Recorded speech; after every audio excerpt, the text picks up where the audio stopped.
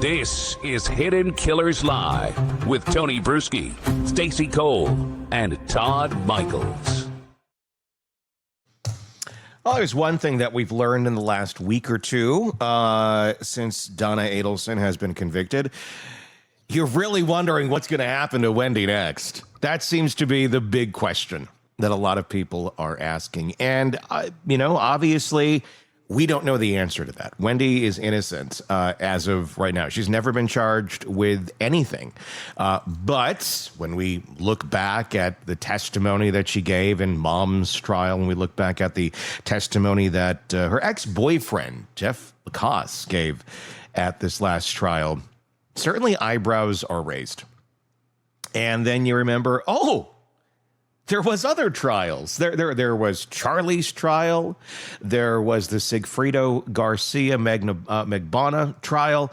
And then there was, of course, also police interviews and such with these specific characters. Interviews that took place all the way back in 2013, 2014, 2015, on the stand testimony that took place in those years, more than a decade ago. And I don't know about you, but I don't remember a whole lot from 10 years ago in super detail. Maybe some pieces, maybe not exactly court testimony. So I think might be time that we take a look back. We take a look back at all those little nuggets of testimony, all those little pieces, and start trying to put more pieces together and go, I forgot about that. That's what we're going to be doing a lot of this week, is we're going to go through court testimony from Jeff Lacasse, Wendy's former boyfriend, all the way back in 20, I think, what is our first one here? This is 2014, 2015, I believe, the Sigfredo Garcia trial. And then we're going to look at his testimony in the Charlie trial as well. And there's a lot that's revealed here. This is not an ex, I think Wendy is real happy with having. What about you guys? I was waiting for a little pause here, Tony, because what I want to ask is, think back to some of your exes, okay? And think of what they might say if you need to call them up to the stand to, talk about your life, a little snapshot of your life. How's that going to go for you? Probably fairly boring, quite honestly. I don't really have a lot. And then he worked on a ghost podcast. And then I don't know. I don't really have that. I'm happy with that. I don't have a lot of weird, I don't really have anything that one's going to talk about my family planning a murder. I don't have any weird sexual shit. I don't have any weird this or that. I got nothing. But I think the interesting thing would be, what's their view of it? Because that's your view of you, and especially how you broke up. Yeah, right. I mean, are they pissed at you and they've got a little vendetta and they're just going to reveal every horrible thing that you ever did? If they're going to be mad that I have kitten wallpaper all over the bedroom, that I like to sometimes dress as a wallaby, and I like to wear claws of a honey badger when I go to bed. But that's just to get me to go to sleep. That's my sleeping routine. That's what I do. Have one. And I don't do anything while I'm wearing the honey badger gloves or the wallaby costume with the kitten wallpaper, while I'm drinking warm goat milk from a backpack, which I wear throughout the evening, which provides me with a straw that allows me to sip the milk from a nipple. But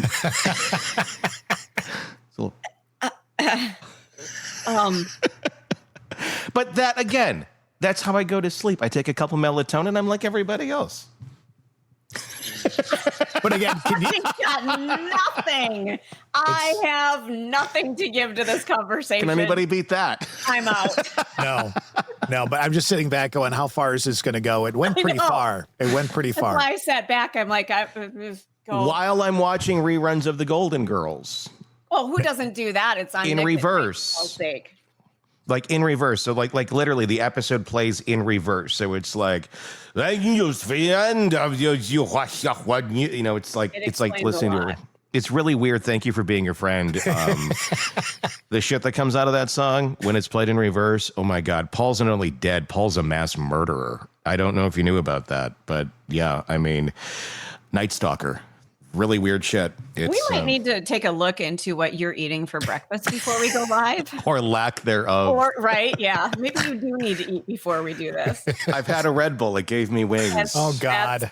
Although you can't... We need to clip your wings, like, right now. Although you can't say that anymore, can you? Like, they had to, like, change the slogan because somebody sued them saying, I believe... I don't know if this is internet lore or meme or whatnot, but because it doesn't truly give you wings, I think they had to... This is according to my daughter. So, again, could be TikTok lore. I don't know the answer to it. But we are in the dumbest timeline, I swear to God. So I looked it up really quickly on our friend Google, and it says, yes, Red Bull changed its slogan because false advertising. And that happened in 2014, folks. Wow. So this is back. Imagination, people. See, and this is what should have truly happened with the person who brought that lawsuit. They should. So you're suing Red Bull because you didn't grow wings. Is that correct? Okay.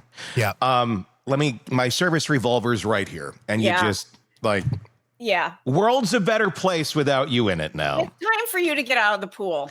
I agree. So yeah, I don't know how we got to that, but we got there. Well, there was nipples involved and badger claws and all sorts of that kind of stuff. I just asked a really innocuous question about would you want your ex on the stand talking about your life? Oh, I answered it then. So then basically the answer is really no when you think about it. Yeah, it really is. Okay. I mean, I just revealed I got ahead of the game right now. There you go. I just got ahead of the game. Everybody knows all of my secrets. All of them. I bet we don't. Thank God. I also have sheets. My bed sheets are that of Today's Special, which was a television program for children in the 80s on Canadian television. It was of a mannequin whose hat came off. Or when his hat came off, he was frozen. But when he had his hat on, he came to life in the middle of the store. Well, so Today's Special. Right? I was going to say that's a little bit like Frosty the Snowman when you think about it. Yeah, but it was a Canadian children's television show set in a department store in 1985. It's a little different. God, Who knows this stuff? It's different, isn't it? It's different. It was different. I actually that was brought up this weekend. Me and my girlfriend were talking about childhood shows, and she's like, "Remember that one that you talked?" Like, yeah. She's like, "It was like a fever dream." I kind of remember it too. Like, yeah, it was. It was a very weird show. But yeah. So obviously, yeah, I got none of that. There wouldn't be a whole lot of. It would be boring. It really would be. I don't know what. I mean, I don't know. I really don't know. I think I've probably have an ex that I'd end up in prison. I'd be like, you know what? Don't put him on the stand. I'll just, here, cuff me. Let's go. There'd be a lot of testimony about cats. Yes. Wow. Yeah. Yeah. No. Yeah. What do you do? There would be. Todd? I kind of did the same thing you did, Tony, which was, I'm not that bad. I still get along with everybody. Everything seems fine. But then it's like, well, do I really want to know what they really think of me? Probably not. Yeah, I don't know. Probably not, I think is the answer. Yeah. Most of us would have, but it's because we have our own thoughts. But clearly the Adelsons are not very good at understanding what people think of them when they're right in front of them, when they're like interacting with them on a regular basis. And that's the problem with narcissism is there is no... it's like your glasses are off completely and you have really bad vision. So there isn't, there's not a lot of seeing the obvious in front of you. We're going to start going through some of the testimony here from Jeff Lacasse. And this is from the Sigfrido Garcia, Catherine Magbanua, Magma Shishwa. I've heard everybody say the name differently now, but I'm going to stick with Magbanua. I don't know if I'm saying it right or not. I think that's how they pronounced it. Magbanua? Magbanua, I think, might be more tech. I think that's how Georgia is saying Magbanua, but I've heard it every which way. So I'm going to go with Georgia probably being right on this, but I'm probably not going to remember how to say it correctly. So this is from way back when, and we'll just roll it and we'll start discussing and we'll start breaking down the testimony and what it says about Wendy and their relationship and what Jeff knew or didn't know according to him. Let's take a look. Sir, please introduce yourself and spell your first and last name. Yeah, I'm Jeffrey Lacasse, Jeffrey. Excuse me. Last name spelled Lacasse. How are you employed, Mr. Lacasse? I'm employed at Florida State University as an associate professor. All right. What about back in 2014? I was an assistant professor at Florida State University. All right. And did you have a relationship with Wendi Adelson? I did. What type of relationship was that?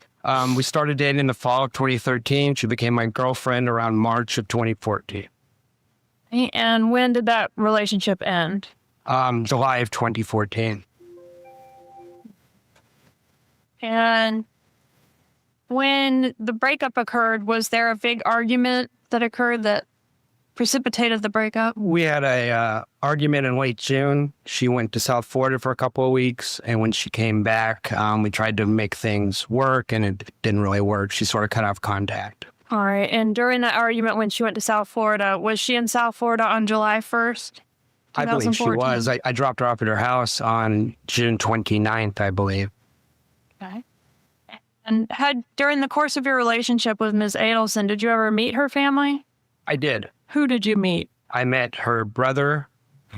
We went to South Florida for alternative spring break, went to Immokalee, and I had dinner with her brother. And I met her mother at her house just very briefly, maybe 10, 15 minutes at dinner. And when I would pick her up and the kids were there with the grandparents, I would have just a couple moments interaction with them. I didn't have a lot of contact. Okay. And what about Catherine McVanois? Did you ever have an occasion to meet her? Yeah, I went to dinner with her. I believe it was on March 11th when we went over there to meet Charlie. Okay. So who was present at that meal on March 11th? And that's 2014? That's correct. It was myself, Wendi Adelson, Charlie, and Katie. Charles Adelson. Charles Adelson and Catherine McVanois. Thank you. What about Sigfredo Garcia? Did you ever have an occasion to meet him? I did not. I never met him. Was Ms. Adelson very close to her parents and her brother Charlie? Extremely close. I want to ask you about June 4th, 2014. Do you recall an event that occurred that day that was unusual? Yeah, I remember a couple of unusual occurrences on June 4th. Could you tell us about that, please? Yeah, I had met Ms. Adelson at the Red Eye Coffee Shop in Midtown for a coffee about 1 or 2 o'clock in the afternoon. We were going to talk about our relationship a little bit. And she canceled a trip we had planned to California to visit my parents, which was scheduled for July 11th to 17th. All right. And was she acting strangely that night?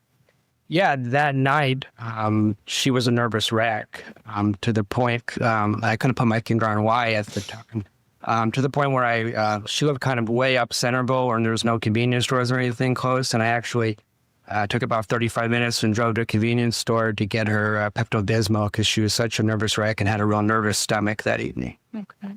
And did she ever tell you what the problem was? No, she's very nonspecific about it.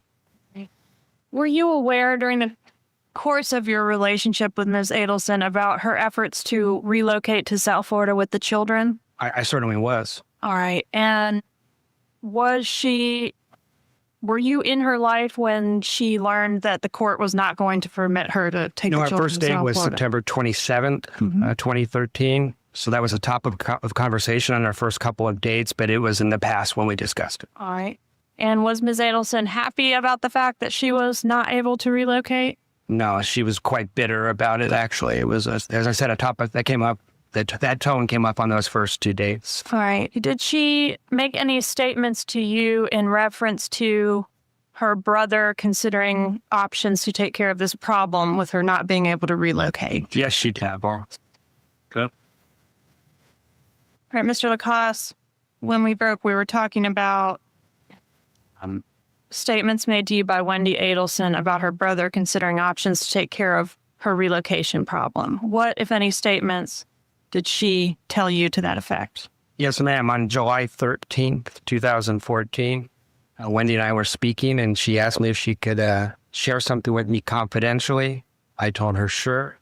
She said that Charlie had explored all options to take care of the problem and that he had looked into having Professor Markell killed. It would cost about $15,000. I later talked to investigator Isom and said that could have been $50,000. They sound awful alike. Okay, so you're not sure if she said 15 or 50. That's right, but I'm confident she made that statement. I just can't remember the exact dollar amount. And she did state that was during the relocation battle the previous summer is when that had taken place. All right. And the day that she made the statement to you was July 13th of 2014. Yes, ma'am. Let's pause there for a Did second. Mrs. Adelson So July 13th, she's talking about all options that Charlie is bringing to the table. And that discussion apparently took place the previous summer, if I'm understanding correctly, when they were trying to get the living situation figured out of would he move, would he not move, before they went to such extremes, or at least before Charlie and Donna went to such extremes. What are your thoughts on all this, on everything we've learned thus far? We have Wendy being uncontrollably anxious, but not telling anyone what's wrong, just making Jeff go and drive 35 miles, or he does it out of his own will, to get her Pepto-Bismol. Thoughts? Stacey, I think you're muted. I'm muted. Sorry. I grew up in a really family that reminds me a lot of the Adelsons, not without the murder, just a lot of manipulation and domineering, grandmother and things like that. I know that nervous stomach. As a child, I ate Pepto-Bismol when the tablets first came out. It was a big deal. Like, I remember when they came out, but I was drinking that stuff as a child, like Kool-Aid. I know that nervous stomach. I know that very well. And to me, that's a sign. That is a sign you know some shit's going down. Your body is reacting. You know, your brain can tell you one thing, but your body is like, oh, honey, there's some stuff happening here. She knew. She knew all of it. What's interesting to me about it is that she's this age. She's in her mid-30s at this point in time. And this is the family she grew up with. I'm honestly a little bit surprised she's not more used to it by now. But although we are talking about murder, and this is something that goes beyond probably the pale of what the length of where Donna and Charlie and their let's solve the problem attitude has ever gone in the past. And I'm going to guess she sat there knowing, well, they do tend to follow through on whatever they've done in the past, non-murderous activities, and the way as to which, the callous way as to which this has been discussed amongst that family, and brought about, and then even joked about, leading up to and after the fact. I'm going to guess Wendy, if she didn't know it was going to happen, knew it was going to happen. Just because she knew her family. That doesn't mean that she knew the time, the date, the place, that she ordered it or anything like that. But she knew if it was in their mind and they had the possibility of doing it, the likelihood of it happening could very well take place. Although I do think there's a lot of evidence pointing to that she knew the time or the date of that it would be taking place. Well, and Jennifer just brought up a comment that they obviously knew that they were untouchable if they had this conversation in front of a boyfriend, especially a new boyfriend. This isn't somebody who's been in the family and knows, these people are just nuts. That's how they talk. No, that you don't know. Yeah. In a new relationship, holy crap. And also, like, if you're Jeffrey, you're Jeffrey, and you're in a new relationship, and the person you're seeing says, "Hey, can I talk to you confidentially about something?" And then this is what they say to you. Don't you get the hell away from that as fast as possible? Get the fuck out. Get out. I mean, I'm the kind of person, if I'm having dinner with somebody and they've got stuff in their teeth and they're not self-aware of what that might, that's pretty much it for me. I'm like, bye, talk to you later. Yeah. If they bring up murder for hire, I'm gone. Wait a minute, no. Hold up. There's something we got to talk about here, Todd.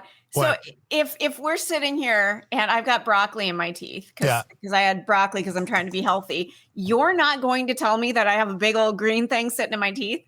I will tell you after the broadcast. And you'll have to look for a new job. No, I'll tell you after the broadcast, only so I have video proof and something to mess around with. Oh my God. I'm just telling you. Wow, you guys.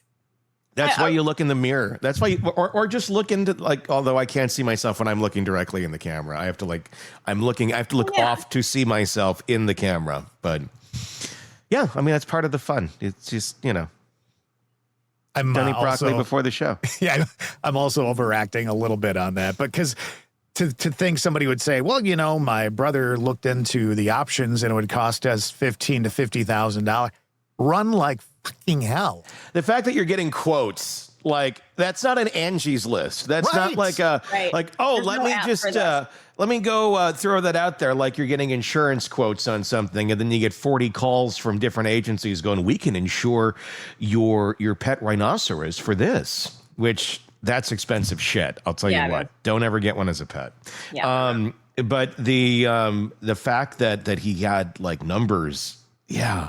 Well, and what's interesting about it is that she just talked about it like it was nothing. It's because it felt so normal to her. It felt so normal to this family, and they're so insulated that they don't get that this is not how other families talk about things, or at least not a lot of them. And it is always interesting when you get into a relationship with somebody, whether it be a romantic relationship, whether it be a friend relationship, whatever it may be, and you start to know, or you start to get to know their friends, their family, more specifically. And if you start, you hang out at their home, you have those interactions, with the family and things like that.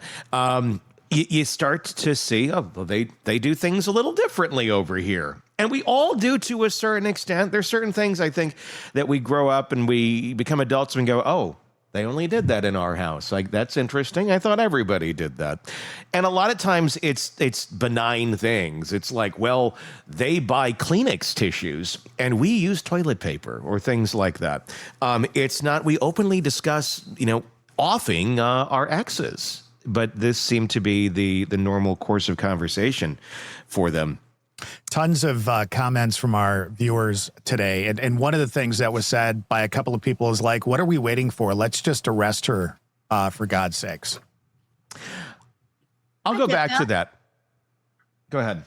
I get that. But I think they're really building the case. At first, I'm a very impatient person. I want this done right now. But I think they're really building it. And they needed those first people to get convicted. And it just is stacking and stacking. And I think it's going to pop up. We're going to get a news alert at some point, some afternoon that, okay, here we go. The wheels are in motion now. Do you think they've got enough already? You'd think, but maybe there's more. What if there's more out there? She gets to live a free life while, But does she? I mean, I realize she's probably eating a lot of Pepto-Bismol at this point. I get that. Yes, but you ordered it from Costco, man. It came in a case. Jennifer says, same with Harvey. I think they're building a case against him too. Yeah. Yeah. How did he not know any of this? I mean, I did a little breakdown of this the other day. I was just trying to find it, but I'm just going to have it regenerate it. Of what evidence exists to charge Wendi Adelson, and there is a lot. I mean, there's a lot. The statements and behavior. You have the hitman as a divorce gift comment. You got the suspicious post-murder actions. Wendy went to the inconsistencies with interviews. You got the testimony of Jeff Lacasse about the money. There is a direct link missing. There isn't any forensic evidence, no wiretap with her arranging payment, no money trailed to her, at least that we're aware of as of right now. And you would think if that existed, it would be out there. If it exists, Georgia probably has it. And they may be holding back. Charlie and Donna are convicted. Prosecutors may be waiting until they feel they have a watertight case before charging Wendy. And that's true. You don't want to bring it if it's too soon, because if you spook them, I mean, there's a lot of other problems that could go on here. Wendy, of course, maintains her innocence, that she had nothing to do with Dan's murder and has cooperated with interviews. I think we want to fill the peg into that hole, but I don't know if it fits. I think at the end of the day, and that's what they may be waiting on, or they may just be waiting and let everybody take a breather, including their own team, which Georgia did seem to hint to the other day before she said, stay tuned. That's got to be hell, being Wendi Adelson right now. She's being punished right now. I mean, for those of you who are going, well, she needs to be in prison. Yeah, but she is in prison right now. She is in a mental prison. That woman, every time she wakes up and the alarm goes off and she takes that breath like, oh shit, this is my life. Yeah. Mm. And also somebody mentioned, but what about the kids? I know they're teenagers now, but again, you know, she's still in charge of their life. They're still living with this. Right. And somebody just said they know that their uncle and grandmother killed their father, you know, and is their mother involved? Can you imagine what that's like, sitting back going, I wonder if mom was involved? Yeah. They probably don't talk about any of this at home, is my guess. Of course not, right? Like, it's one of those things, just like all healthy narcissistic families, healthy, I put in air quotes, narcissistic families, you don't talk about the problems. You don't talk about... Is there a hierarchy in those narcissistic families where, like, oh, this is a really healthy narcissistic family? I think healthy is the wrong word, but healthy in terms of, like, extreme. And healthy... meaning how strong is your ability to play along with delusional behavior. And I guess the stronger you are, the more apt you are to be able to go along with it. And a test of strength for a narcissistic family would be the amount of people that are still there, that haven't defected, that haven't gone off and said, I can go live a happier, better life outside of this. So you have at least one down here, you know, the one brother who went away that said, I'm good. But for the most part, this was a pretty strong family. I wouldn't say it is anymore, but then that leaves these people in chaos too. And if Wendy literally had nothing to do with this and was just so aloof, and I don't know that that's the answer or not. That's, I mean, if she had nothing to do with this, I feel horrible for her that she has to sit there and live with this every day of the actions of her family and the torture that is going on, of which she did not choose. Now, she may have chosen to stick around and be a participant and get some of the ancillary benefits of having this enmeshed narcissistic family, which I think she did. And I mean, that's pretty easy to see. She was a big part of it. She didn't run away. So she was there. She was benefiting from the deeds of the family, whether it had anything to do with the murder or not. Both ways she was. And at some point, you're a grown-up and you have to say, this is healthy or this is unhealthy. You can compare enough of the real world out there and go and say, my family is different. We have agency. We can do those sort of things. And if you choose to stick around, well, I mean, I guess the consequence, it's the company you keep sometimes. And if they go to such extremes, maybe you should have walked away sooner. Well, that's on you. If you chose to stay in that environment, you see what they're like, you see what they're about, and you do nothing about it. That's on you. If I'm finding out that my family is trying to put a hit out on my ex, and there still is a functional relationship there with the children, as there was, and there was, you know, they were getting along with the kids, and there was nothing horrible going on there, and they're trying to do this beat like outside of my purview. My brother is saying this or something. I'd be warning my ex. I'd be like, my family is saying this shit. You need to be aware of this shit. I'm not talking to them anymore. I think you'd be doing everything you can to cover your ass, because if you're not seeing how that's going to turn around on you at some point in time, then I'm sorry, you're just a fucking idiot. Kind of sums it up. You are. I mean, you are an idiot if your family is doing this and you're doing nothing about it. You're just like, oh my God, I gotta go get me more Pepto-Bismol. I'm so like, okay. I mean, you can choose to sit here and worry and cry and freak the fuck out and then pretend you're a victim, or maybe you are a victim in some sort of weird way, but you got yourself, you are choosing to participate. You are choosing to surround yourself with this toxic group of people who are flat out telling you what they're thinking of doing or considering as possibilities. I'm sorry, all the tears in the world don't forgive you of not letting your ex know about this, or you attempting to do something about this. Though, Tony, I don't care what you're afraid of at that point.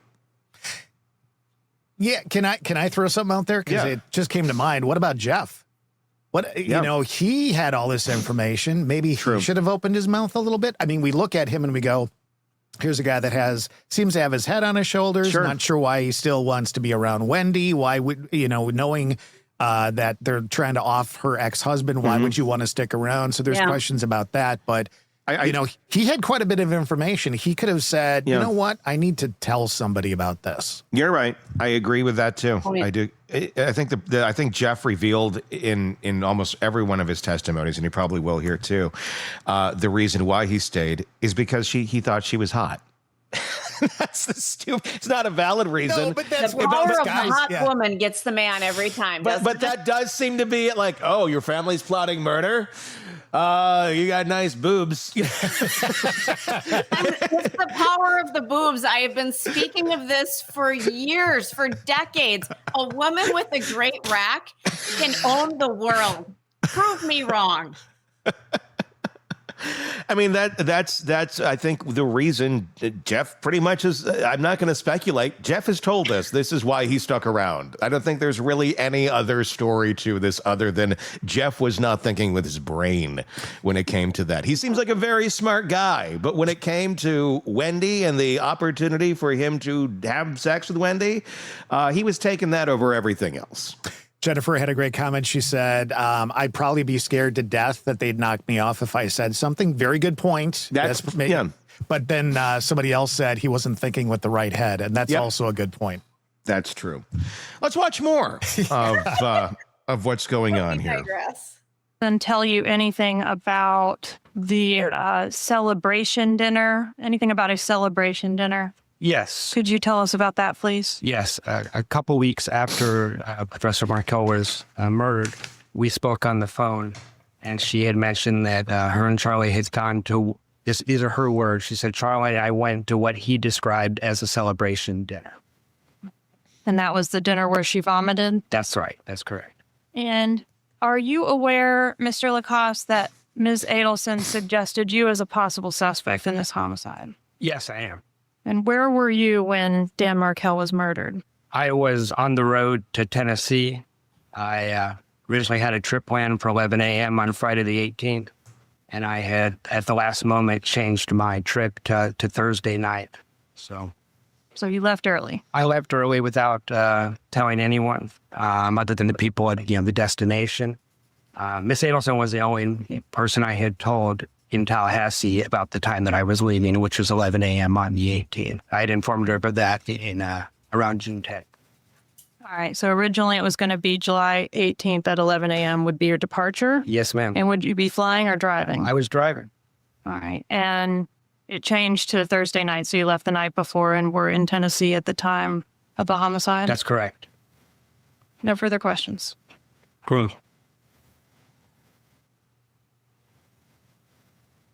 Still morning. Good morning, sir. How are you? Good morning. Announce your last name for me again. Lacasse. Lacasse. Okay. Just want to make sure I got it right. Mr. Lacasse. So Wendi Adelson knew you were leaving. You told her you were leaving Friday morning. Friday morning at 11, we had discussed it because we had some plans that got canceled. So we had discussed it in some detail, actually. And your plan was to leave Tallahassee and to drive northbound. Thomasville Road, eastbound. Yes, sir. Sure. Let me rephrase that. I'm sorry. So your plan was to travel north of Tallahassee to Tennessee, correct? That's correct. And you told Wendy that, hey, listen, I'm going on this trip and I'm leaving Friday morning around 11 a.m., correct? That's correct. And do you recall what time the actual shooting took place? I believe it was right around 11 a.m. The same exact time that you'd be leaving the area? That's correct. And although it was for a business trip, if people didn't know what your plans were, would you agree with me that it may look like you're leaving the scene if you're traveling outside of the jurisdiction? That's what I was concerned about, that if I had taken my trip at the scheduled time, I would have looked like I was fleeing because I would have been driving. I would have taken Capitol Circle to Thomasville and been very close to Professor Markel's house. And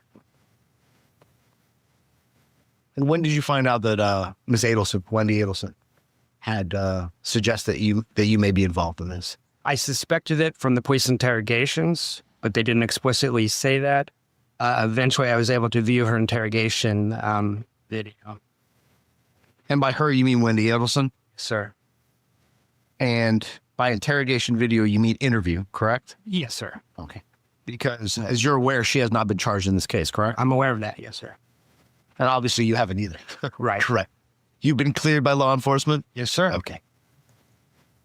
Now, let's talk about your relationship with Wendi Adelson. You started dating her. Give me a time period. September 27th, 2013 was our first date. And how long would you say that your relationship with her lasted? Well, there was different phases of it. In that fall semester, we weren't exclusive. It was more casual. It became more serious late February, early March. So as far as a serious, I'm your boyfriend, you're my girlfriend sort of thing, just March through July. Okay. So you started casually dating in September of 2013, and it got more serious at the beginning of 2014, correct? That's right. Okay. That's right. And how did you meet Miss Adelson? How did you guys first have a date? Yeah, through mutual friends. Okay, so it wasn't like on a social media dating app or anything else? No. Were you aware if Miss Adelson was participating in online dating? I think I knew that, I knew that she had dated online in the past. I did not know the time frame. One of your concerns, okay, so once you guys became exclusive, and by exclusive, I mean you called her your girlfriend and she called you her boyfriend, is that fair? That's correct. And I was involved with the kids at that point and things like that. And it got to the point where she introduced you to her family, right? That's right. And you indicated that there was a dinner where you met Charlie Adelson? That's right. Kind of a good-looking guy, right? Sure. Right. Works out. Weird question. When you went on, when you had your double date, where it was you, Wendi Adelson, Charlie, and Miss Magbanua, chiseled did you see what kind of car Mr. Adelson pulled in? I don't recall seeing his car in the parking lot. We then went to his house, so I saw his garage and got a look at some of the vehicles he owned, but not that at dinner. What kind of vehicles does he have? Ferrari is the one that stood out to me. Do you remember the color of the Ferrari? I don't. Did you make any comments to Wendi about the Ferrari? Well, Wendy used to talk about Charlie having a Ferrari. How do you not remember the color? She would say, my brother's a character. He has a Ferrari. He has an undercover cop car. He has, I think, a nice Benz in addition or some luxury. So she knew what a Ferrari was, right? Sure. Well, sure. So it's not like she didn't say he's got a Porsche and you saw a Ferrari, right? No, it was Ferrari. I actually remember discussing the cost of maintenance with Charlie. There were some downsides to having a Ferrari. Yeah. So, yeah. You think? That's tough. So Good looking guy. pretty extensive Got a Ferrari. car collection, right? He had multiple cars. Yeah. I don't know exactly how many. And did you learn what he did for a living? Yeah, I knew he was a periodontist from Speaking with Wendy. And was that the only night you had direct contact with Mr. Adelson, Charlie Adelson? That's the only contact I ever had with him that night. Did he appear to have, did he appear to be intelligent? What? It's a weird question. He had, Especially that's a after asking difficult if he was question. I just hot, met him you the know? one night. That's I'll withdraw that. Let me ask him a more important question. Surprised the Was judge didn't he strike that. socializing? Was he drinking that night? I don't recall if he was drinking. He was holding forth. He was talking a lot. He was confident. That was my impression of him. He was talking a lot? Did you ever see him go to the bathroom? I don't recall. is Okay, can we going stop? We on gotta stop. here? We gotta stop. Let's stop. Sure. What the hell? I feel violated. Did it come out yellow or did it come out clear? Because if it came out yellow, he might have been drinking. Well, besides that, it's like attractive guy, right? So did you go to the bathroom with him? Big dick. Well, I mean, Did you cross streams? What is happening here? Here's my question. What is I don't know the where it's attorney going. trying to prove? Like, is I he trying to don't know where prove it's going. that Jeffrey was jealous of Charlie? I mean, I don't know. What is he trying to say? I don't know yet. I've never watched all of this in its entirety, so I'm really curious. I know the vehicles do come into play in some way, shape, or form. Exactly how, we'll have to find out. But I don't know why or what. But even to get to wherever they're going, like good-looking guy, how? I don't know how the judge What does it matter? didn't say like, nobody objected to that, going like, what does this have to do with any, like, what in any way, shape, or form, what does it have to do? That would be his opinion of his appearance. But maybe you're right. Maybe it is going to like a jealousy motive. Maybe they are still trying to point him to be more somewhat involved, because this is the Sigfrido trial. So they are trying to look at that going, but they're not protecting Charlie here. They're not protecting Donna. They're protecting the hitman. So they may still be looking closer at this, or trying to put some doubt in the jury's mind that Sigfrido had anything to do with this. And that maybe it was more the boyfriend. That's my guess. I could be completely wrong. So if you like to eviscerate me in the comments on that, go for it. But I just told you I don't know for sure yet. So we'll find out. I like that he works out. I mean, thanks for that tidbit. But again, if you saw a Ferrari, I mean, I don't know how many of you people see Ferraris in people's garages. I can't say I've seen more than one. And I recall it was a red one. How do you not recall the color? I wouldn't remember. Really? I could give a shit about cars. Yeah. Okay. Yeah. I mean, I think it's kind of like, I mean, for some you'll remember, but there's certain, and it's, I mean, I don't know. And I see like, oh, that looks nice. Cars, the way that some people get so damn excited about, and I get, that's your thing. Cool. Never registered in my radar as anything at all. I mean, there's no more excitement of me seeing a Ferrari than me seeing the Stanley Cup right here. I'm more excited to see the Stanley. You got a Stanley? I'm more excited for the Stanley. I'm sorry. I would know every detail. Every line, everything. I do think it's weird because Jeffrey does have a very good memory. It's kind of odd that he doesn't remember that. That's what I thought, because this guy can recall dates and times and things, but he can't recall the color of, a $300,000 car. But it's not his ar. He saw it in passing. I mean, you would remember the dates of when you started, dating Rosemary's Baby. It's, those sort wow. Oh my God. What did you have for breakfast? Red Bull. And not even a full can. I started this one yesterday. Well, then drink the rest of it, because something is off today. Thank you. Or on, depending on how you look at it. I haven't figured that out yet. But I think that you'd remember those sort of things, not necessarily the car. I mean, I'm that way. I think I'm fairly intelligent. I remember a lot of things, but it is weird what I will absorb. I mean, for example, I remember the kitten wallpaper and I wear those the honey badger gloves when I go to bed before the Red Bull kicks in. But I don't remember. I couldn't tell you what I had for dinner 2 days ago. There's a lot of like short-term things that I'm not great at anymore. I never really have been, though, either. Our minds are weird. It's weird how they all work, and what registers and what stays for one person really could be completely different for another, of looking at the exact. And that's what makes it all. That's what makes us all different. That's what makes us all so special and unique individuals, Stacey. I'm so glad we're not in the same studio together. Why? Would you be throwing something at me? Yes, I would. You know it. Let's watch more of Jeff. Did you ever see him? Was he perspiring more than a normal person would during dinner? This is 5 years ago. I don't remember. We were outside and it was, not cool at that time of year, but yeah. Okay, so you're outside in like an open area restaurant?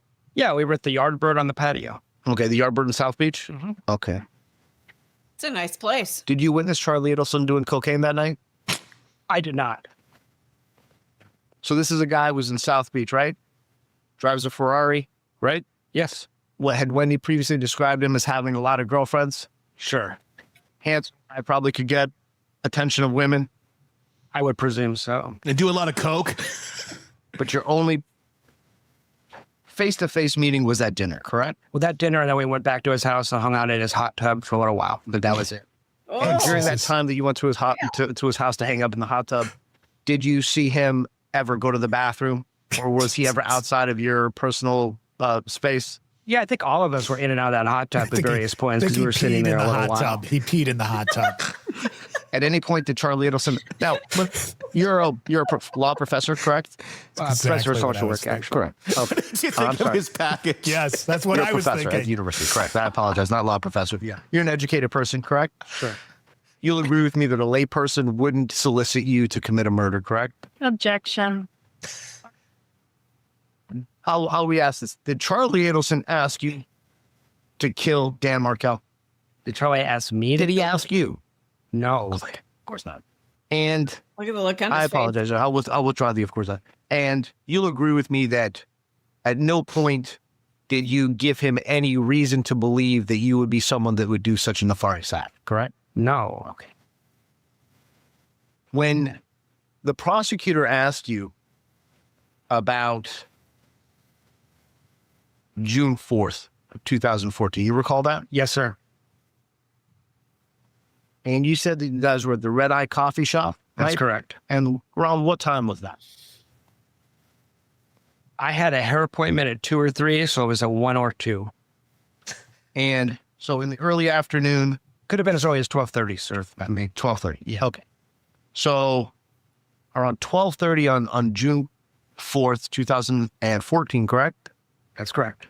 You indicated that she was acting, and by she, I mean Wendi Adelson, that she was acting unusual. That's correct. Would that be a fair assessment? Yes. Did you ask her what was wrong? I did ask her what was wrong. It was very non-specific. That happened with Wendy quite a bit, where she was upset and there was not an exact name put to why. Was she upset often? Yes. Would she get these kind of physical reactions often, that her stomach would hurt or that she would ask you to get her medicine? I got to know her better in the spring, so I saw more of it than I would have in the fall. That was the only time I can recall that was not an average thing. I think that's why I remember it, because it was unusual. And you said that you drove about 35 minutes to get her medicine? Yeah, it could have been 25, 35 minutes, but it's where she lived was not convenient to run to the store. So it was a discussion like, do we want to do that? And it's all the way down there. And she was so nervous. I thought, no, I'm going. So Did she go with you? no, she did not. She had the kids that night. So she stayed with the children. Did she make any kind of doctor's appointments shortly thereafter? To your knowledge? Not to my knowledge. Now, you indicated that you guys became boyfriend and girlfriend at the beginning portion of 2014. Is that a correct statement, sir? Yes, sir. And when would you tell the members of this jury that your relationship with her ended? Well, that's a little complicated. July 14th, we went on a date. And when I got home, she had sent me an email saying, I need a week to think. Please don't contact me for the next week. So that was the Monday before Professor Markel was killed. And then we didn't talk for maybe 10 or 12 days after the murder. So I assumed it was internally, I assumed it was over. You know, that night when you get an email like that, you're probably figuring it's over. But in subsequent phone calls, she acted as if it was still a slightly open issue. And we closed that down by phone calls that, yeah, obviously we're going to move on here. Did you ever question her loyalty to you in your relationship with her? With regularity, yes. And when you say with regularity, when did you first become suspicious? Now, let me ask this question first. You were concerned that she was seeing other men, right? I was. Okay. And when did you first start getting this concern? Probably a March, April timeframe, I started to wonder. So not too long after we became a couple, I guess what I was wondering is, have we really become a couple, or is she still doing what she was doing before? Was it like, did you find like text messages or direct messages on social media that made you kind of go, what's going on here? No, I didn't see any text messages or anything on social media. Her behavior was just erratic. She would disappear. She would come very late at night. So there were signs like that. Would you talk to her about it? I tried to. Okay. So let me ask it this way. Did she understand that you were concerned about her being loyal to you, or your relationship being a monogamous one? To be completely honest, I think we kind of pussyfooted around that until we had that big fight at the end of June. That's what that argument was about. Let's talk about that big fight. Sure. Why don't you walk the members of the jury through what happened? Yeah, I had taken Wendy to Gainesville with me. I was teaching in the off-campus program at UF for the weekend, so I took her with me. I'm sorry, was it just you and her, and she bring the kids? No, it's just me and her. So like a romantic getaway to Gainesville? Well, work/pleasure. I teach during the day. She works in a coffee shop. We have dinner with friends at night, that kind of stuff. You know, It's a nice area down Sounds there. nice. Yeah, it was nice. And weekend started off fine. The Saturday night, we sort of got into it over this stuff. I confronted her about the fact that I suspected that she had been seeing other men. Okay, so let's talk about it. So you're at dinner? We were actually up in the hotel room. The night was basically over. It was pretty late. It was 9 or 10 o'clock at night when this discussion happened. Okay. And had she had any alcoholic beverages at that point? We both had, but I think just 1 or 2 glasses of wine a couple hours earlier. Just socially with dinner, maybe? Yeah, that was okay. There was no more drinking than that. And did you say, listen, I think this, that, or the other? Did you have any specifics, or were you just giving a vague, I'm concerned about where this relationship is? The latter. I was pretty specific. I told her I was very concerned. I was particularly concerned because the way she had framed our relationship was, you're not just becoming my boyfriend. I have children. I'm a mother. It's like I was auditioning for the job of husband and father is actually sort of how it felt in retrospect. So I bonded with the kids pretty tightly. And as you can imagine, in a relationship, that kind of discussion gets more complicated when you're serious and there's kids. And she had been talking about me moving in. She had told me not to buy a house. She had told me not to buy a Jeep, that I needed to buy a vehicle that 2 car seats could fit in. So it sounds like you guys were heading down that path. Yeah, hence why I raised the issue, because I had some intuitions. Everything wasn't quite right. Her behavior had been a little erratic, and I was worried about moving in and ending up in a really bad situation. So would it be fair to say that she was saying the wrong things, but her actions were speaking louder than her words? That's not a bad summary. I was getting 2 very different messages based on behavior or what she was speaking to me, what she was saying. Yeah. Did that argument or that discussion, did you feel it the next morning? What do you mean by feel it, sir? Was she acting any different the following morning? Oh, the next day was probably the most awkward car ride I've ever had in my life. We rode from Gainesville up to Tallahassee. She was crying. I was very upset. It was a very awkward 3-hour drive. It's a 3-hour drive? 3 or 4, however long it is. Okay, from Gainesville to Tallahassee, however long that was. Exactly. And this was in June. You said June 20. That would have been June 29th. That's the Sunday, the last Sunday. Yeah. 2 weeks later, on July 13th, Wendy tells you, or Wendy has this discussion with you that the prosecutor elicited, right? Yes. From June 29th to July 13th, would you say your relationship with Wendy after that awkward, that long 2 or 3 hour, 4 hour, however long it is, from Gainesville to Tallahassee, emotional car ride, right? Yes. She's crying, upset.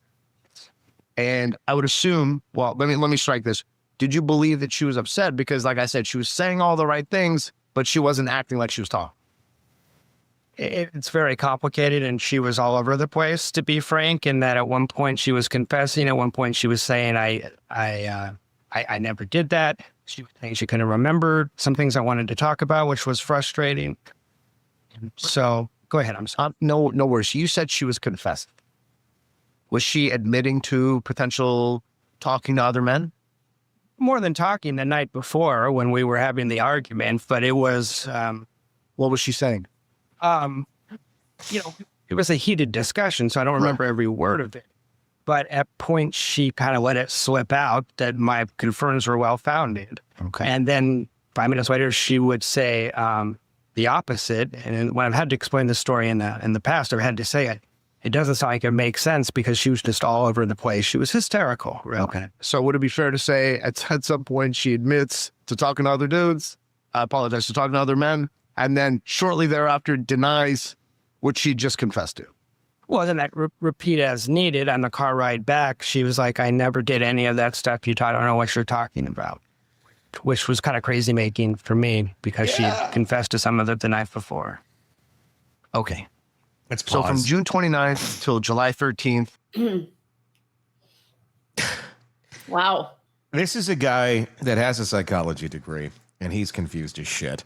That's how, confusing these people can be. And he used the term crazy making, which is pretty common in that arena, because it is. It's utterly insane. I mean, she confesses to as the prosecutor, I think it was the prosecutor, I don't know, whoever was questioning there, might have been the defense of Garcia, sleeping with being with other dudes or whatever, something like that.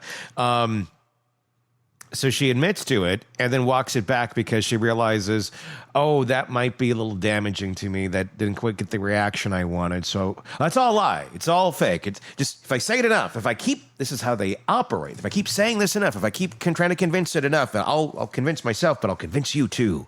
And then you won't question it. I mean, it's crazy making. It's insane. It's amazing with his degree that he didn't go running from this relationship. Right? Exactly. I was thinking the same thing. But I do find, and I'm throwing a blanket statement out here, and if I'm offending somebody, I apologize in advance. But a lot of people that I know that are in the field of psychology go there to figure themselves out because they've dealt with some trauma. And I know of at least 4 people in my life who are psychologists who have had horrific trauma. So that's where I'm getting that from. So I feel like maybe they're used to some trauma. They're used to it. Maybe it's harder for them to see it.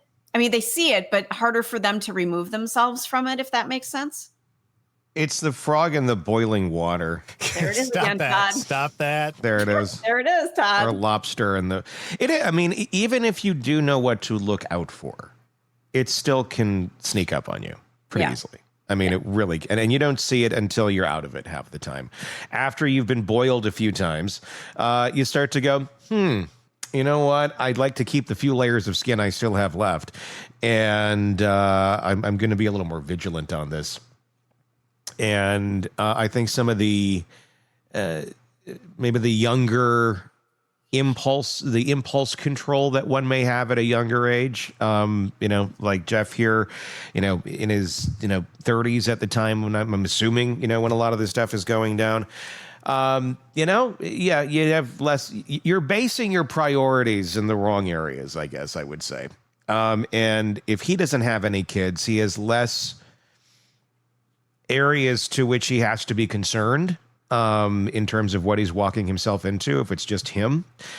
So again, in his own words, the way he kind of put it, or not in his own words, but paraphrasing what he says, it was the boobs. It's always the boobs. I'm telling you, it's always the boobs. Or whatever it was, that was, and I'm being sillily crass. I don't know if sillily is a word.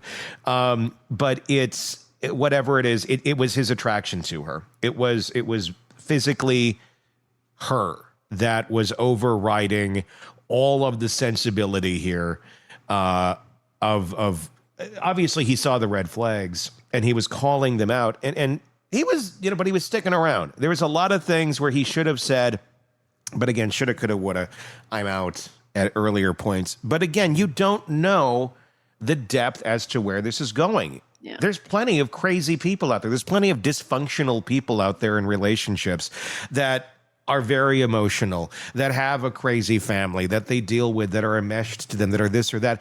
And the more you live, the more you're like, I don't really want to be a part of a world like that, once you've seen it a few times.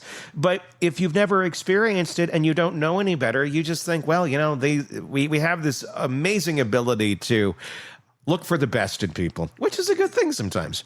But sometimes we also don't have the ability to call a spade when it is, and to say, this person is too broken for me. And until they get their shit together and they are able to heal themselves, they're not going to be good for anybody else. Correct. And that can be looked at in any relationship, whether somebody's murdered or not. But that's where we have to have the confidence in our own selves and say, okay, I'd love to be in a relationship with this person. This person does offer a lot of good things and has a lot of great qualities, but they are so broken. And it may not be from any fault of their own, but they haven't healed. They haven't dealt with their shit that they've been damaged by. And until they do that, they're not going to be good for anybody else. And I think he was starting to realize that about Wendy in this relationship, and clearly was kind of on this path of, well, she's really hot though, but she has all these things. And I think he's realizing it, but maybe should have pulled the trigger a little bit sooner to get out of it. I'm going to assume maybe he does that a little bit faster now that he's had a few reps in this. We actually had a great comment. Maybe he was intrigued by her psychological problems too. Could be too. Could be a fixer. Don't be a fixer. Do not fix things. No, you can't. You can't. You can't. Don't do that. Yeah, that's lesson number one. But again, younger, less reps, less experience in life. You may think you can. You may have even had some light success over here in life, and you think, "Oh, I'm great at this. I can really."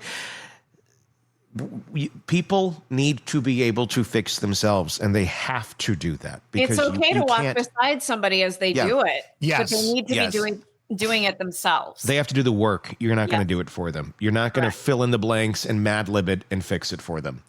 And clearly, if the damaged person just keeps going back to the abuser, in this case, it would be the Adelson family and Wendy continually going back to these people that are controlling her and basically doing whatever the hell they want, and she's at the whim of them. Who knows what she knew or did not know, but let's just assume we don't know what she knew. She made the choice. It's all about choices. And she made her choice. And now she's being judged for it, because here we are going and looking at every little piece of information going, what did she know? Did she know too much? I don't know that we're getting any closer to finding the answer to that, but we're certainly learning more and more about her personality, the way that she handled this relationship, and that speaks volumes when you try to figure out how someone may or may not have acted. But again, she's innocent. She's never been charged with anything, and she maintains her innocence. Let's keep watching. Would you say you were fixing the relationship at that point? Was it getting better, or was it getting worse? It's hard to tell, because on the 29th, I left her house. I didn't see her again until July 13th. She went to South Florida for those 2 weeks. Did you guys talk on the phone? We talked on the phone once in a while. We did some video chats. I talked to the kids to be a video chat and things like that. But it was very up in the air where the relationship was going to go. I would get a mixture of messages, verbally and by text. Would you agree with me that your level of contact with her between June 29th and July 14th was less than it was before? Oh, it was minimal. It was minimal. Days and days would go by at points without us talking on the phone, at least. I may get the random text or something, but we weren't talking a lot. And then on July 13th, Wendy, in essence, tells you that her brother, Charlie, had looked into hiring a hitman to kill Dan Markel. In 2013, yes, sir. In 2013? Yeah. What was your reaction to this?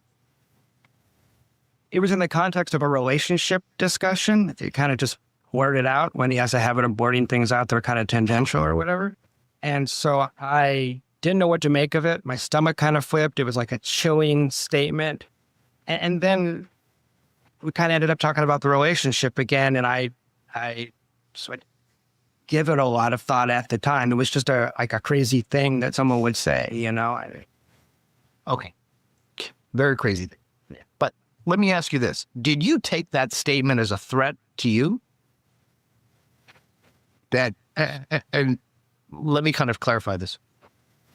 She indicated that because of her bad relationship with Mr. Markel, correct? And you'll agree with me that they had a bad relationship, correct? That's how she characterized it.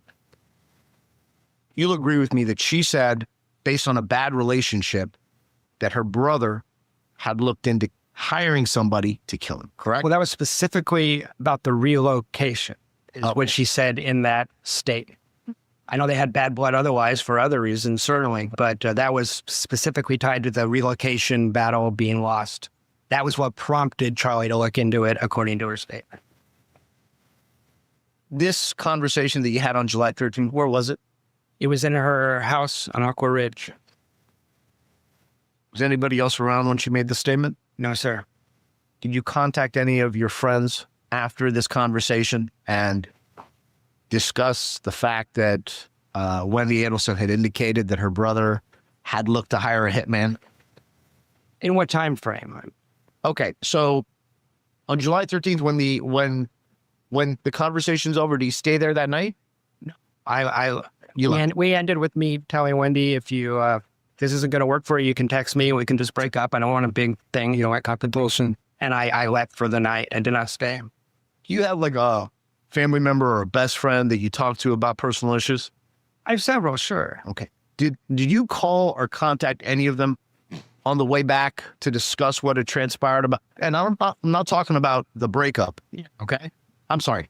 I am talking about the breakup. Yeah. Okay. Did you call your friends and go, hey, listen, it ended with me and Wendy? It's summertime and at FSU, a lot of these people were out of town. Some of them were even overseas. So there was less contact than there ordinarily would have been. But I'm sure I discussed the fact, well, not that night because it was so late. What I remember is the next day when I get this email saying, don't contact me for a week, I certainly shared that with friends because I found it really frustrating and surprising and thought it was weird. Did you share with any of your friends the comment that Wendi Adelson made to you with regards to her brother and the murder for hire? I'm sure I did.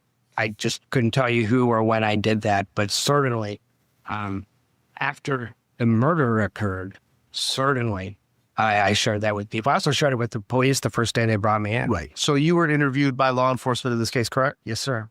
During your interview with law enforcement, did you mention this statement? Okay. Did you tell it was Detective Isom that interviewed you? It was him and Investigator Hale. Okay. Did you indicate to them who you had shared this information with? I don't know that I was asked to. Judge, it's not for the room. Can you restate the question? No worries. Yeah. So when you tell them what Wendy told you about her brother's murder for hire plot, did you say, yeah, listen, I spoke to my buddy, because the murder happened on the 18th, correct? That's correct. And so 4 days prior to that is when you got that breakup. Was it an email or a text message? It was an email. Okay, so you get a breakup email. And so you call your friends, which is normal, right? And you indicated just a few minutes ago that you probably mentioned the murder for hire to some of your friends, right? At some point, I just don't know when. Okay. Was this before or after your interview with law enforcement? Was what before or after? Your discussions with friends. Well, after I had told it to the police, I certainly discussed it. I'm confident. I may have done it before as well. I don't recall that. But after I told the police that, I did share that with some people confidentially, yes. Now, she told you, and by she, I'm referring to Wendi Adelson, during your July 13th conversation, that he had looked and the price was either 15 or 50,000, correct? That's correct. So it's either one or the other, correct? Right. And would it be fair to say, based on your testimony, that she said that price was too high? No, she didn't offer any further context or explanation. It was kind of a thing that was blurted out. And then literally 20 seconds later, she started talking about something else, and I can't recall what that was. I think it was the relationship stuff that I was very focused on. So out of nowhere, she tells you Charlie was going to go look to hire a hitman. It was going to cost $15,000 or $50,000, and you don't go back to that. I don't know that it was out of nowhere. I believe preceding that was a discussion that if anything ever happened to Danny, she would move to Miami. I think I've spoken to the investigator Isom about that previously. And listen, I have to ask Mr. Lacasse, at no point did you contact law enforcement after you heard of this threat so they could contact Mr. Markel to see if there's any need to protect him in any way, shape, or form? I didn't. Give me 1 second, Your Honor. Good night. Just a few more questions, sir. Sure. Would I be correct or incorrect in assuming or in saying that you were interested in having a monogamous relationship with Wendi Adelson? I thought I had a monogamous relationship with And you wanted to keep it, correct? Depends when you're asking. On July 13th, 2014? Yeah, that's right. Okay. That's right. I'm sorry to ask such personal questions. I know. Did you think it's unusual? Let me ask this. At some point, did you ever see a picture of Dan Markel? Sure. Do you think that there's a resemblance between yourself and him? Everybody always says that. When I was dating her, no one ever brought it up. I see it from the pictures. In real life, I was never told that while we were dating. And as you indicated before, you're also a professor? That's correct. Do you feel wronged by Wendi Adelson? Do I feel wronged? Yes, sir. Yes. Thank you. Yes. Oh, yes, sir. Let's pause it there. Well, good morning. Yeah. That's big. I mean, I'll be honest with you. I always kind of thought, hey, they have a very similar look. I never noticed that. It's true. There's a lot of that going on in this family. Look at Tom Petty. She looks like Donna. So here's Wendy dating another lookalike to her ex-husband. They're all about the comfort zone, what's comfortable to them. They are. They're very much about that. And I don't think they realize it. It's a tell. I don't know what it tells other than it's like a very simplistic way of thinking. But I wonder I wonder how many other people in this family have similar type trends. Certainly not Charlie. I mean, the women that he dated looked nothing like No, not at Donna all. or her sister. But they all did look alike. They all did look alike. So, but here's the thing. What does that question have to do with anything? So it's obvious that she liked a certain look. And I think we could probably all fall into that category to a certain extent. We have right? types. Yeah. We have types. Yeah. What does that have to do with this? I don't know yet. I think they're still putting that together here in what they're Gotcha. setting up and they're teeing up on this. And I'm curious to figure out where that goes. Jennifer has a great comment. I bet Donna hated Jeff then because she hated Danny. That's an interesting take too, I think. I bet Donna hated anyone that took time away from her and Wendy. Meaning any attention that Wendy was giving to anyone other than her, I bet she did not like. And I bet that would come down to family members. I wonder if it even came down to the damn grandkids. I don't know. I mean, I know there was like, God, yes. I know it was the battle for the grandkids, on paper, but was it? Or was it more so to get Wendy closer and so she could continue to have her little mother-daughter tea parties, in her mind and control her child? Can you imagine having Grandma Donna and maybe one day you're not thankful enough that she made a batch of cookies for you? Can you imagine what that would be like? Yes, I lived it. Exactly. So tell me about it, Stacy. My grandmother on my dad's side was extremely domineering and everybody pretty much had to bow to her. Mm-hmm. Like she was the matriarch of the family and you did what grandma said, period. Mm-hmm. If you didn't do that, it was like she would spend an entire week aiming at you. Comments, activities, maybe you didn't get dinner one night. I mean, it was tremendous abuse, but that's how this person operates. As long as you're staying in line, keeping all your ducks in a row, you're fine. The minute you step out, it's going to be hell. Mm-hmm. It is going to be absolute fucking hell for you. Almost like Cinderella. Mm-hmm. That story. It's funny how often and how common it is that we live lives like this, mm-hmm. not necessarily going to murder, but like that, like you talked about, Stacy, where it's just, this is how the family is. And these are the dynamics and you grow up into it and you learn, this is how they act. And this is what you do. And it's so normalized. The unhealthy is so normalized. Maybe that's what you made a comment like a week or two ago, and I'm not sure that we dove into it much, Stacey, but you said she's like Marie Barone from Everybody Loves Raymond. Correct. I'm a fan of that show. Yeah. But that's exactly the kind of family we're talking about here, where Marie ruled, over everybody. Everything. And I mean, I'm guessing Harvey's a little bit like Marie's husband. Yeah. Where he just kind of gets by with it, lets Marie do whatever the hell. Interesting. It's easier. It's easier to sit back and let her do the things, because then you're not going to be a target. You're not going to be one of her victims. If you just let her go do her thing, you'll be fine. And we rationalize it by telling ourselves things exactly like that, Todd, where it's like, oh, she's like Marie Barone. Oh, that's a funny show. It's like, oh, this seems normal. This seems okay. Where on a comedy show where these people aren't real, sure. But in real life, it's a toxic as shit human being. I mean, do you think that, if you really had that Marie Barone character in real life as your mother-in-law, I don't know it would be as slapstick, of course, must see TV, hilariously funny every day of life. I think it'd be really funny to see, funny in a dark way, to see like the real version of Everyone Loves Raymond.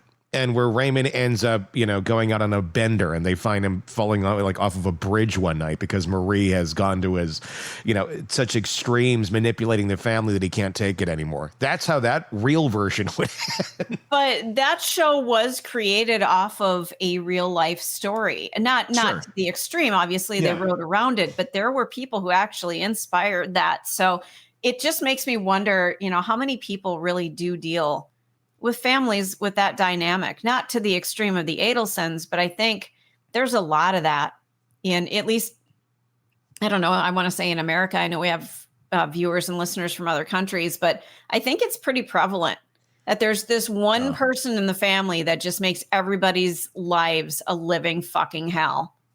And that not enough are realizing, I don't have to live like this. Correct. It's a choice, but I'd say 80-90% of us for a good chunk of our lives do, and just endure it. I think it says we don't figure out that we can make that choice, that we do have the power. We just feel so immersed in it that we can't get out until one day you wake up and go, I don't have to do this shit anymore. Well, I'll say this too. So I've noticed this in conversation with people that are like that. If you ever do get into, let me take a sip of water here.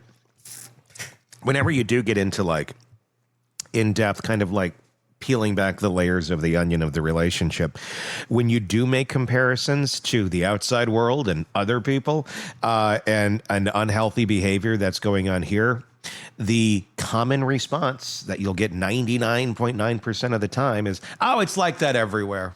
Everybody's like this, because they have to normalize their behavior by saying, well, everybody else, whether there's any validity to that or not, which it's usually not. But that's how people end up staying trapped half the time, is we just keep telling ourselves, well, yeah, that's bad, but at least it's not the Adelsons. At least it's not that. It's like, it's bad, and bad is bad. Bad doesn't need to always involve murder before one says, had enough. Time to go live a healthy life. We just got a comment. They're not seeing how involved Wendy was in this. Wendy is not a victim. I don't think that. I think that people have to be understanding that when we talk about Wendy as a quote unquote victim, it's because of the way the family was and the way Donna was and all that kind of stuff. That, as Tony just said, that doesn't mean you go out and have somebody murdered. No. I mean, Wendy is a victim in the same way that it's different. I was going to say like abused animal, and then the animal goes and bites people. Wendy, she was brought up in that world. So she did have agency. I'm not going to pretend that Wendy didn't grow up and didn't have the ability to be retrospective and introspective and choose the path that she wanted to choose. She did. She just chose the path of least resistance, the one that was easy to go along, the one that she's already known. Most people do that. That's not abnormal. It's very abnormal if you break away from that. It's probably healthier but not normal or common. So she was really just going along with the family. The family went to an extreme. Should she be held accountable if she knew that the father of her children's life was in danger? Yes. Yes, she should. Does it mean that she should be held accountable to the same level of planning the murder? No, that's a very different thing. But you don't get away scot-free because you chose not to make adult choices. Right. And adult choices sometimes mean standing up to those around you who are making very piss-poor choices, especially when it involves the life of someone around you. Sorry, there's consequences to that. And I'm sorry you were abused. And I'm sorry you thought this was the only way to do it. You should think better next time. And there's consequences to those actions. So do better. That's just kind of how I think, how I feel about her. I mean, I don't know. I mean, unless she had a lot more to do with this planning, which we don't know as of right now. If it sits where it sits, should there be consequences? Yes. Is it conspiracy to commit murder? No. But there's something. There is certainly something there. We've had a couple of comments come through about Wendy and fraud to the court that Dan was going to expose, which would put her license in jeopardy. There is some talk of that, and I don't know all the details, but I believe pieces of this do come out in some time. It's an area I need to dig into more. I don't know enough to speak about it. But it is an area that I have heard rumblings on, and I just don't know enough about it yet. But I know that information came from, I think Joel over on Surviving the Survivor podcast had on the divorce attorney. Because that's who I want to get on here to talk about it. He was on with somebody. That attorney will not message me back. I spoke to an assistant at the law firm, secretary as well. Cannot get a call back. Okay. He spoke to somebody, and that's where that information comes from. That's an interview I have not listened to in its entirety, and I need to do that because that's an interesting point of conversation that we should be having on this case. Let's keep watching. I know there's more here. Questions I'm about to ask you are about the investigation into you, not that we believe you're a suspect, okay? I understand. You would agree with me at the beginning of the case in July 2014, there was a thought that you were a potential suspect. That's what I've been told, yes. You were contacted by the police. I was. You came in, you were interviewed. So I came straight from my trip into the TPD stuff. 3 separate times you were interviewed, right? Yes. Now, they didn't handcuff you at gunpoint and drag you into the station, right? No, they asked me to come in, so I came in. Voluntarily went in. You told them what you knew. You explained the information, right? Eventually, you helped them get bank records to show where you were. It was in Tennessee, right? Yeah, I believe it was cell phone records and a receipt from a Kmart who had surveillance video of me, was my understanding of it. So they get your bank records. They see a transaction at a Walmart, right? Yeah, credit card records. There's then a receipt. And then they go actually to the Walmart, get their surveillance footage that shows you there. It was a Kmart, but yes, sir.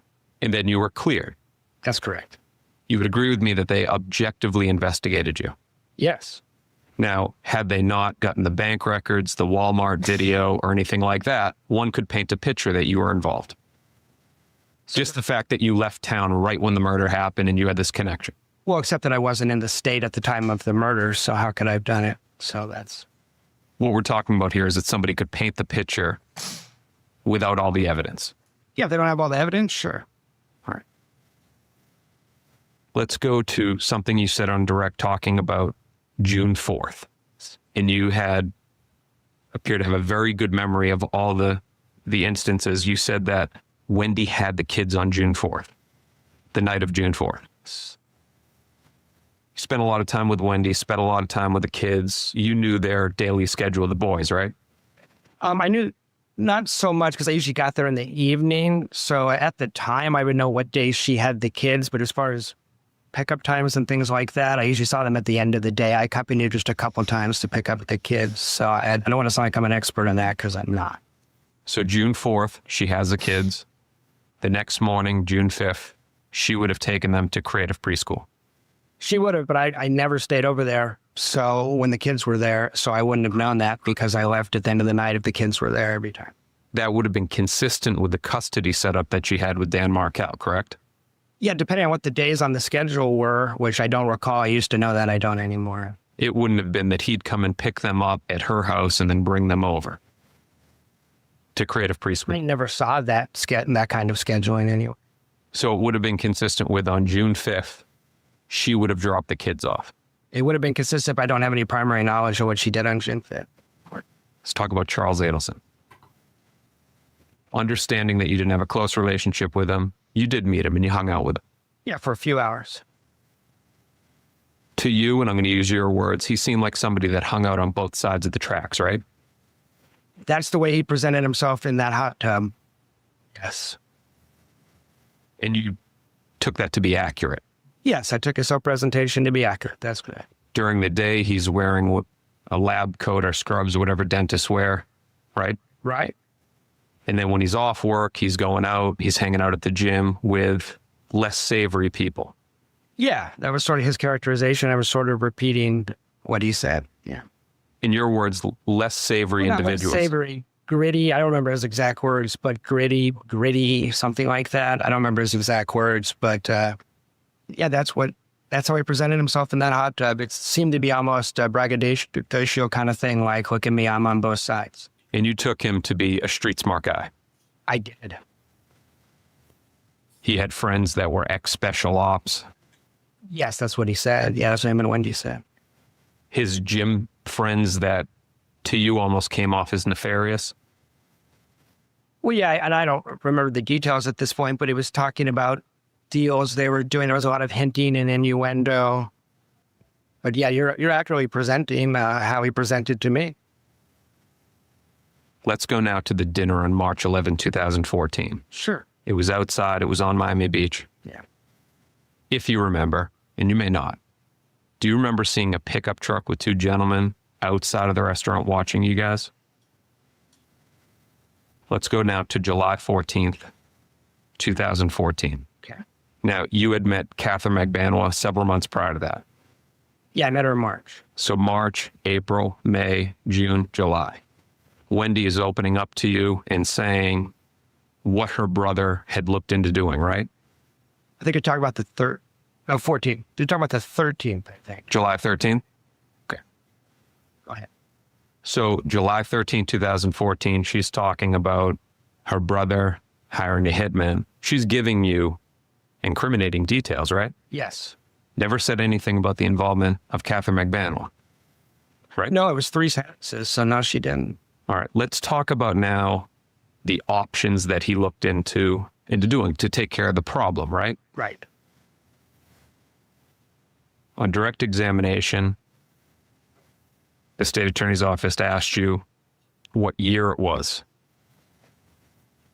But there was more specifics to that. It was specifically the summer of 2013, right? Yes, it was attached to the relocation. So whenever it was after relocation had failed, where she'd been denied the motion for relocate.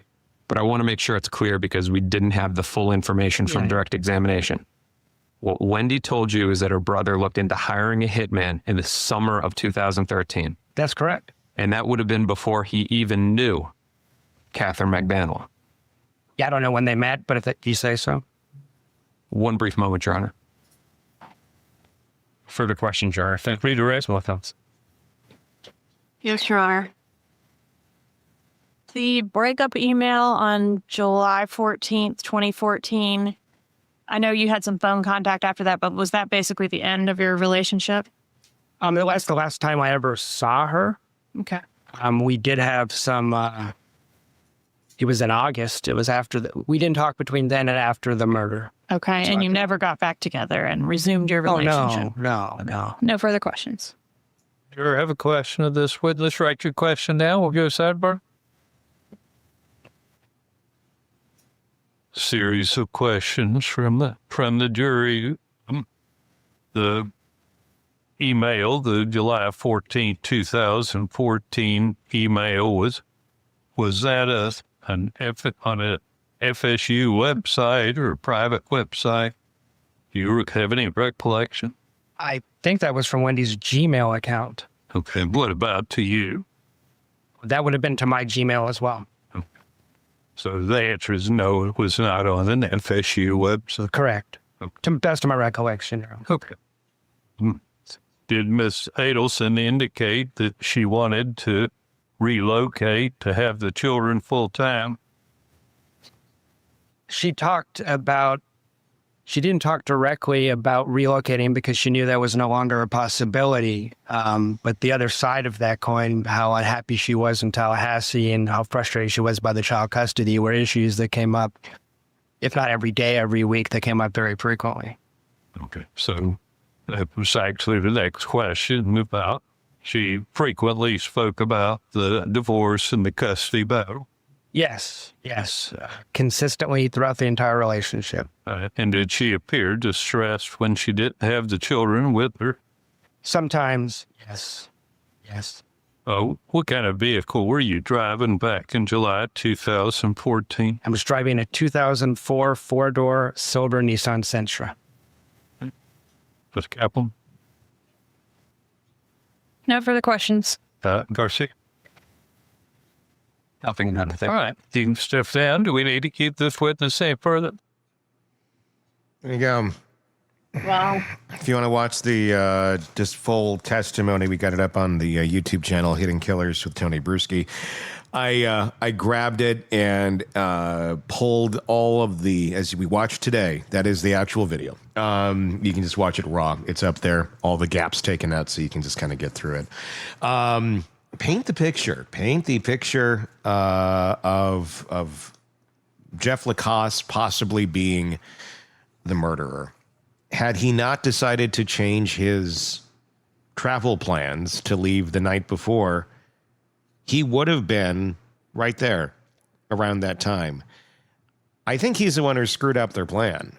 I think Right. Donna and Charlie, I don't know, maybe Wendy, considering she got the information from him, they were betting on him being in that general vicinity at the time of the murder. And I think it such a stupid way of thinking, but a way of thinking nonetheless that, oh, well, we'll just pin it on him. And Right. and it will work. It will just work. No further questions, Your Honor. He was near there. Of course it was him, even though he has no motive or history or reason to want to go and kill your ex-husband. But in the mind of Donna Adelson, oh, that totally works. Great idea. Hang on, honey. I want to keep talking, but I got to go get the 50s out of the dryer. You know, it's... I don't This think is she how they actually think. put him in the dryer. Wasn't that part of the It problem? was wet. Yeah. They were wet. They were wet. Put it on the clothesline, go dry them out maybe that way. But no, just jam them all into a bag. Yeah, I think Jeff, he's, I think, one of the strongest witnesses there are that is going to be damning for Wendy. I think he's one of the strongest witnesses that have been in all of these trials against Charlie, against Donna, against the Garcias, all of it. I think he really he comes across extremely credible. He has no reason to lie. And it's just, he just paints it. Is that even more damning for Wendy when you think about it? Because she's asking him, where are you going to be? Where are you going to go? Are you going to blah, blah, blah? I mean, It seems obvious. even if mommy says to you, hey, can you just ask Jeff this stuff? Don't you start going, Not if you're Wendy. Really? I mean, I don't know. I mean, I don't know the answer to that question, but could it be exactly that? Yeah. I could totally see if Jeff's up to. I just need to know. Okay, mother. I mean, just judging by Wendy on the stand, I mean, this is just my conjecture, but it's his, is she controlling? It took her like 5 seconds to figure out, yeah, she can be kind of controlling. She had to sit there and think about it for a second. So I don't know if she didn't sit there and think about it for a second and just mom wanted the information, and what mom wants, mom gets. It could have been as simple as that. I mean, I know it seems so simple, and it really walks her away from guilt in terms of planning any of this, but I think a lot of it is that. A lot of it is she was a person of convenience to get information for the people who thought they had all the answers. And they didn't. And Wendy was another pawn in that game. A pawn who had eyes and ears and a voice and could have said, you know what? I'm not playing this game anymore. But she chose to stay in costume the whole time. That's how I take it. Game. Yeah. She was playing it hardcore. It's a good question. Did anybody ask Rivera if they were asked by someone to hire that certain type of car? I don't remember if that ever came out. I think that did come up because there was a lot of similarities to Jeff in terms of where they were right after and all of that. So I do think there was planning that went on that they were trying to tie to Jeff Lacasse, but it was done in such a shitty way. It was like just not very well thought out, very surface, very amateur hour. But again, she watched money. So it just kind of tells you the depth of the thinking that they were going through in this plan. It is amazing they got away with it for as long as they did. And I don't know if that's speaking to the genius of the Adelsons or the inept of the law enforcement that were investigating them, that it took that long. I really don't know the answer to that. But it does feel like they laid all their cards on the table and it wasn't hard to put them all together. Ugh. Julia says, you guys are way too easy on Wendy. She's as guilty as the rest of them. Yeah, I get that. I get that. And that's a fair point. I also feel like we need to play both sides here until we see where things are going to go, because anything is possible with this crazy family. Yeah.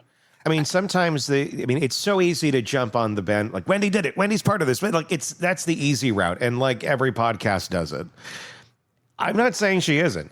There's a high likelihood that she is probably far more involved than I think she is.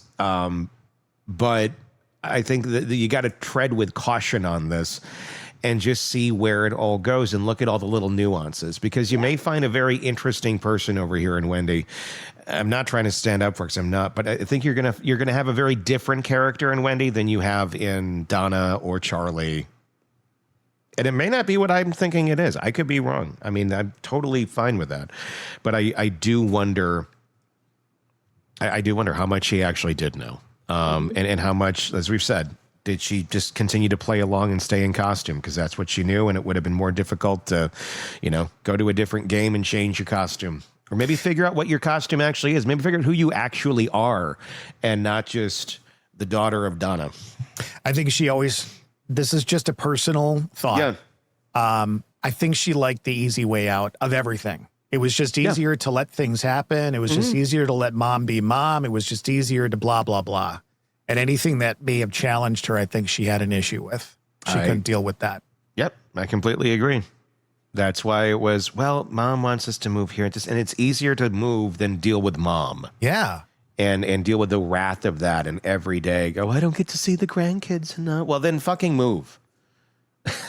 Grandma. How many on this stream and also in our comments still get some enjoyment of when the judge says that Donna Adelson was guilty? How many people still kind of watch that and go, yes? I love that moment. When I know you do. You laughed so hard when that happened. And I'm sitting here going, oh, poor Donna. When I need a pick me up, I turn that on.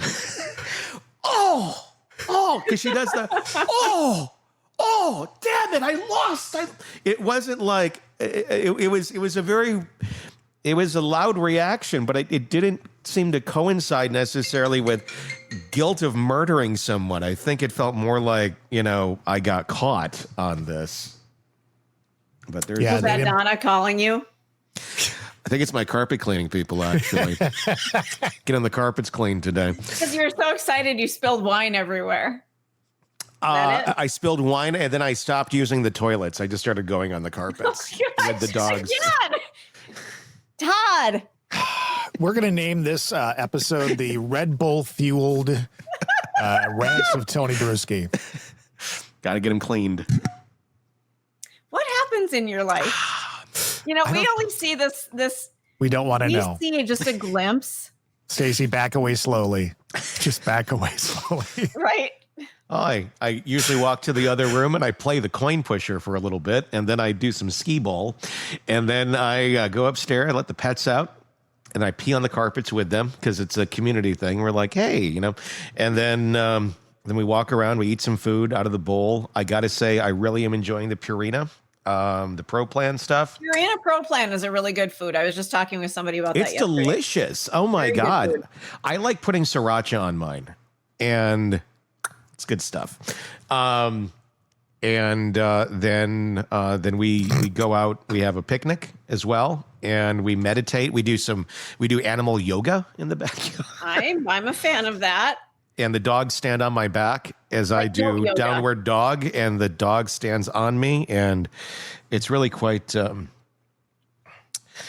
My carpet folks are 30 minutes away. Well, there you go. I better go make another spot over here while I can. Oh my God. So it's just gonna get cleaned up. I do. What in the hell is happening to the show? This Are morning. we all drunk and high? What is happening? Not me. I'm not. I'm not either, surprisingly. I had a protein shake. That's what I've had today. That's it. Maybe that's what I need. Maybe I need a doing protein. this wrong. Belle, come on, she's right there. You guys. Yeah, but I do have a pup. My dog Belle, who's a puppy. You want to come here? Has her hair grown back yet? She looked like a Come here, baby. freaking rat. He had her shaved like, what was it, 2 months ago maybe? I think it was just Did he do when it I for the moved. summer? Is that what he did it for? Or No, what? it's because she had too many knots. So here's Belle. Oh, it's coming back. Yeah, she's looking He really looked good like right a now. different dog, though. I accused him She thought of I was that's lying. not your dog. Yeah, this is Belle. Hi, Belle. She's a mini golden doodle, and she still has some potty training problems. Like, we're still working on it. So that's where we all. So that's where that's come. Exactly. And rather than make her feel like she's alone in this, I'm playing the role of Donna Adelson and telling her it's all okay. I'll pee on the carpet with you. Right? Hey, once you get into your 50s, a Right, really Wendy? good hard sneeze and we're all peeing on the carpet. Exactly. It's my little Wendy right here. Todd, write that one down. There's another tidbit that you never thought you'd hear. I got to get more note cards because I they're know. filled. I'll send you some. Here you go. Good girl. Good girl. Okay, I'm going to put you down. All right? Oh, we have devolved here. There you go. All right. Well, let me know in the comments what your thoughts are on. Yes, Tony does have a soft side. Very Yes, soft side. I do. Let's know your thoughts in the comment section on YouTube, if that's where you're watching us. Be sure to press subscribe wherever you're downloading the podcast, wherever that may be. We do greatly appreciate that, and would love to hear your thoughts on this case, because there's a lot more to come. We got more testimony from Jeff we're going to go through this week in the Charlie Adelson case, and I'm going to dig into that interview that was done with the divorce attorney, because that is another whole area that we should talk about in greater detail. I'm really, I when I heard that the other day, I'm like, ooh, this is interesting. So that's all coming up this week. And if you guys have thoughts and angles, let us know in the comments, because there's a lot to dig into on this case as it continues to get stranger and stranger. Until next time, for Todd and Stacy and Belle, my little Wendy down there, I'm Tony Bruschi. We'll talk again real soon. Want more on this case and others? Then press subscribe now and don't miss a moment of true crime coverage from Tony Bruschi and the Hidden Killers podcast.